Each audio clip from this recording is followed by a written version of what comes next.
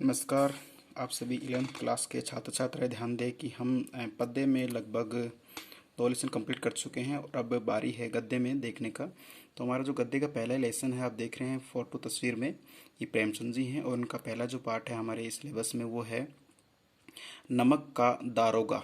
नमक के जो ये एक अधिकारी बनते हैं, जो सरकारी नमक खजाना बनता है, नमक बनता है जहाँ पे, वहाँ ये अधिकारी रहते हैं और किस प्रकार से ये समाज की कुरीतियों को, भ्रष्टाचार को सामने लेके आते। बहुत ही ऐतिहासिक लेसन आपके सिलेबस में लगाया गया। तो पहले इसमें देखिए एक अच्छी लाइन आपको सामने मिल रही है कि इसमें दिया हुआ है, ऊपर देखिए एक लाइन दे रखी है कि साहित्य व जादू की लकड़ी है जो पशुओं में, ईंट पत्थरों में, पेड़ पौधों में विश्वास की आत्मा का दर्शन करा देती है। यानी कि यहाँ पे ये देखिए साहित्य के बारे में कुछ बातें बताई हैं किस प्रकार से। और हम पढ़ रहे प्रेमचंद का कवि परिचय। देखिए इसका मूल नाम क्या था, धनपत राय था। बहुत अच्छी लाइन है, ध्यान रखना है, ये आपसे पूछा भी जाएगा होमवर्क के रूप में भी आपको ऐसे करना है।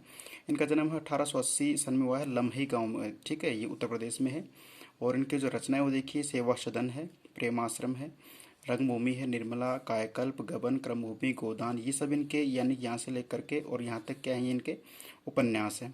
सोजे वतन इनकी ये प्रथम पुस्तक है जो 1907 में लिखी गई थी, आपको बता दूं मैं। और ये अंग्रेजों द्वारा क्या है कि जब्त कर ली गई थी, क्योंकि इसमें क्या है कि समाज को प्रगति या यूँ कहे समाज को समझाने के लिए, उकसाने के लिए कुछ बातें थी, जिससे उसके हम अंग्रेजों से क्या करते हैं कि भाई क्रोध प्रकट करके उनके खिलाफ था। तो उस समय भारत में उनका राज था, इसलिए क्या कि उन्होंने इस रचना को जब्त कर लिया, बाहर पत्रिकाओं में छपन नहीं दिया। मानसरोवर 8 खंड में गुप्त, यानी ध्यान रखना इसमें दे रखा है कि जितने भी इनकी रचनाएं वो मानसरोवर के 8 खंडों में संकलित हुई हैं। गुप्त धन कहानी है, कहानी संग्रह का जितना भी वो गुप्त धन में, जो गुप्त धन है वो एक कहानियों की संग्रह है।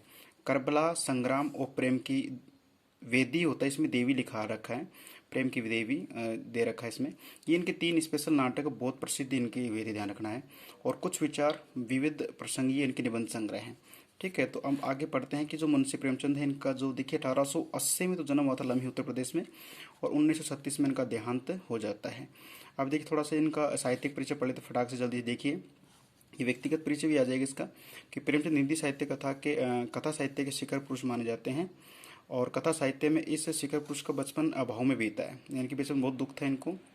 स्कूली शिक्षा पूरी करने के बाद में पारिवारिक समस्याओं के कारण जैसे यानी कि परेशानी उठाते उठे बीए तक की पढ़ाई की थी। अंग्रेजी में एमए करना चाहते थे, लेकिन जीवन यापन के लिए नौकरी करनी पड़ी। देखिए हमें इनकी व्यक्तिगत जानकारी जानने से कोई मतलब नहीं, लेकिन आप सोचो कि अगर ये मतलब बीए तक की पढ़ाई भी बहुत गरीबी में की है और अंग्रेजी में एमए करना चाहते थे, लेकिन जीवन यापन के लिए मतलब कि भाई घर खर्च चलाना पड़ता था, मेहनत करनी पड़ने के लिए नौकरी करनी पड़ गई, नहीं तो सीधे पढ़ाई भी कर सकते थे। तो देखिए किस प्रकार अभाव में जीकर भी ये जो लोग होते हैं ये कितना अच्छा कार्य कर लेते हैं, ज़िंदगी के साथ कितना संघर्ष करते हैं। और आप और हम क्या करते हैं कि छोटी समस्या से ही घबरा के सब कुछ छोड़ देते हैं। ऐसा नहीं करना चाहिए, इसलिए हमें संदेश लेना चाहिए यहाँ से। सरकारी नौकरी मिली भी तो, लेकिन महात्मा गांधी के असहयोग आंदोलन में सक्रिय होने के कारण त्यागपत्र देना पड़ा। नौकरी तो मिल गई थी, लेकिन क्या कि जो उस समय महात्मा गांधी का असहयोग आंदोलन, आपने तो कब चला था ये, ठीक है ना, सबसे पहले चला था, तो आप जानते हैं 1920 में चला था ये। उस समय क्या है कि ये उस आंदोलन में भाग लेने के लिए नौकरी छोड़ दिए। राष्ट्रीय आंदोलन में जुड़ने के बावजूद लेखन कार्य सुचारू रूप से भाई, अच्छा राष्ट्रीय आंदोलन जुड़ गए तो क्या हुआ कि होने के कारण में त्याग देना पड़ा। राष्ट्रीय आंदोलन में जुड़ने के बावजूद लेखन कार्य सुचारू रूप से चलता रहा। भाई राष्ट्रीय आंदोलन जुड़ तो गए और लिखते भी रहे, ठीक है। पत्नी शिवरानी देवी के साथ अंग्रेजों के खिलाफ आंदोलन में हिस्सा लेते रहे। इसका ये मतलब शिवरानी इनकी धर्मपत्नी का नाम है। उनके जीवन का राजनीतिक संघर्ष उनकी रचनाओं में सामाजिक संघर्ष बनकर सामने आया, जिसमें जीवन का यथार्थ और आदर्श दोनों हैं। तो ये इनकी व्यक्तिगत जानकारी के साथ साहित्यिक जानकारी हमने देखी है। और अब देखिए बात कर रहे थे नमक के दारोगा की, तो ये आपके सामने पाठ है नमक का दारोगा। लेकिन ये थोड़ी कुछ इनका पाठ के बारे में कुछ विशेष जानकारी वो पढ़ लेते हैं कि जब नमक का नया विभाग बना और ईश्वर प्रदत्त वस्तु के व्यवहार करने का निषेध हो गया, तो लोग चोरी छिपे इसका व्यापार करने लगे। यानी कि पाठ जो है ये हमें अभी क्या है कि केवल सामान्य जानकारी हम पढ़ रहे हैं, बाद में पाठ का पूरा डिस्क्रिप्शन पढ़ेंगे हम, ठीक है। तो देखने वाली बात ये है, देखिए इसमें क्या दिया है कि जब नमक का जो नया विभाग बना, तो एक नमक के लिए कानून बन के नया तैयार हो गया था। और व्यवहार यानी कि व्यापार करने की बात कर रहे हैं, नमक को इधर उधर काम में लेने के लिए, उस पर क्या होगा, निषेध हो गया।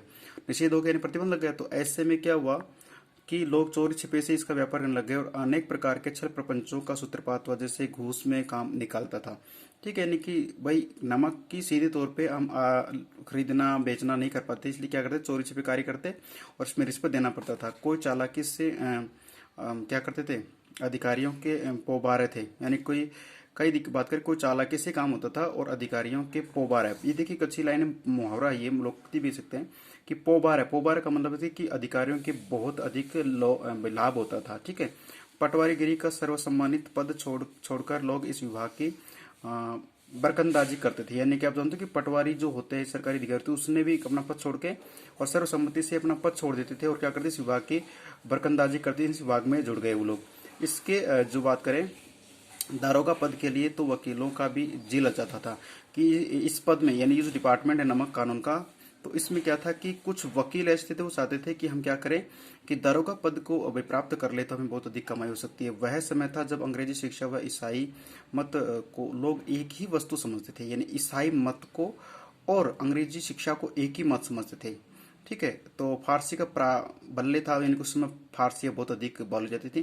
प्रेम की कथा है, श्रृंगार रस के काव्य पढ़कर फारसिंदा लोग सर्वोच्च पदों पर नियुक्त हो जाया करते थे। और मुंशी बंशीधर भी जुलेखा की विरह कथा समाप्त करके मंजनू और फरहाद के प्रेम वृत्तांत को नल व नील की लड़ाई और अमेरिका के आविष्कार से अधिक महत्व की बातें समझते हुए रोजगार की खोज में निकले। कहने मतलब कि जो काव्य रचना पढ़ना है, ये सारे करने के बाद में जो अपने प्रेमचंद जी हैं ये क्या करते हैं, ये भी इस तरह भाई काम के लिए रोज देखिए इसमें रोजगार की खोज के लिए निकलते हैं। उनके पिता एक अनुभवी पुरुष थे, समझाने लगे बेटा घर की दुर्दशा देख रहे हो, ऋण के बोझ से दबे हुए हैं और लड़कियां हैं वह घास फूस की तरह बढ़ती चली। ये देखिए अपने एग्जाम में आएगा कि लड़कियां घास फूस की तरह बढ़ती चलेगी। कहने का मतलब कि जो लड़कियां होती हैं वो बहुत जल्दी ही भाई उनकी उम्र लगने लग जाती है, युवा हो जाती हैं। तो कहने वाले उनके पिताजी उन्हें एक इनडायरेक्ट रूप से समझा रहे हैं कि बेटा लड़कियां धीरे धीरे बड़ी हो रही हैं, आपको कुछ ऐसा काम धंधा करना चाहिए जिससे ऊपरी इनकम अच्छी हो। मैं कगारे का वृक्ष हो रहा हूँ, ये देखिए अच्छी ये भी उक्ति है कि मैं कगारे का वृक्ष हो रहा हूँ, अर्थात मैं यानी कितना बुजुर्ग हो गया कि मैं कभी भी चल बस सकता हूँ, अर्थात मेरा ध्यान तो सकता है, न मालूम कब गिर पड़ूँ। अब तुम ही घर के मालिक मुख्तार हो, नौकरी में ओहदे की ओर ध्यान मत देना। ये कुछ अच्छी टिप्स है जो उनके पिता द्वारा दिए गए हैं उनके हिसाब से कि नौकरी में जो ओहदा यानी जो पद है ना उस पर ध्यान मत देना। तो नौकरी चाहे छोटी चाहे बड़ी हो, यह तो पीर का मजहर है, यानी भगवान की एक यहाँ पे मूर्ति है। निगाह चढ़ावे पर चादर पर रखनी चाहिए, निगाह चढ़ावे और चादर पर कि देखिए जो मंदिर मस्जिद होती है उसमें जो निगाह पुजारी की निगाह किस पे होनी चाहिए कि कौन व्यक्ति क्या चढ़ा रहा है और चादर कौन चढ़ा रहा है, इस तरह से, यानी कि लालच की बात कर रहे हैं। ऐसा कम ढूंढना जहां पर ऊपरी आय हो, मासिक वेतन तो पूर्ण मासिक का चांद। प्रश्न आ सकता है कि मासिक वेतन को क्या कहा है, तो मासिक वेतन को पूर्णमासी का चांद, यानी कि जो पूर्णिमा का चांद होता है ना वो देखिए मतलब मासिक वेतन जो महीने का चांद है या पूरे महीने की सैलरी वो तो पूर्णिमा का चांद एक दिन दिखाई देता है बहुत बड़ा, बाकी तो रोजाना धीरे धीरे छोटा दिखता है ना। तो कहने वाले कि पूर्णिमा के चांद की तरह वेतन एक महीने की सैलरी तो कुछ भी घर खर्च नहीं चला पाती है। इसलिए क्या करना चाहिए, जो एक दिन दिखाई देता है और घटते घटते लुप्त हो जाता है। ऊपरी आय बहता हुआ स्रोत है जिससे सदैव प्यास बुझती रहती है। वेतन मनुष्य देता है और उसी में समृद्धि नहीं होती। ध्यान रखना कि इसमें कहा गया है उनके पिता द्वारा कि आपको करना क्या है कि आप जो महीने की सैलरी है उसकी बजाय क्या करेंगे, उसकी बजाय आप जो ऊपरी इनकम उस पर ध्यान देना कि ऊपरी इनकम तो इसने क्या कह दिया है कि बहता हुआ स्रोत कह दे कि तो बेहतर रहेगा, हमेशा आती रहेगी ऊपरी इनकम तो। और जो सैलरी होती है महीने की वो तो एक पूर्णिमा से चांद एक दिन दिखाई देगा, फिर उसके बाद धीरे धीरे धीरे धीरे कम होगा। पर पूर्णिमा के दिन चांद पूरा गोल होता है लेकिन उसके बाद में कम होता जाता है। इसलिए क्या है कि पूर्णमासिक चांद के बराबर उसकी सैलरी को माना है। और जो ऊपरी इनकम है यानी कि जो ऊपर से आती है इनकम से भ्रष्टाचार के रूप में वो कमाई है, वो क्या है कि बहता हुआ जल का स्रोत है, वो बार बार चलता रहेगा। तो यहाँ पर उनके पिताजी ने घर घर से चलाने के हिसाब से उन्होंने बताया है। ठीक है, आप देख रहे हैं इस बात को। अब हम बात करें आगे, तो ये एक निष्कर्ष तौर पर उनके पिता के द्वारा समझाइश होती है। ठीक है, थोड़ा सा और देख लेते इसमें। चलो इसमें अपन ऐसा करेंगे, वीडियो थोड़ा बड़ा हो जाएगा इसलिए आगे वाले पार्ट में इसको देख पाएंगे, यहाँ तक ही काफ़ी रहेगा अपना। अब अगला जो वीडियो है उसमें देखें अपन इसको। ठीक है, ओके, धन्यवाद।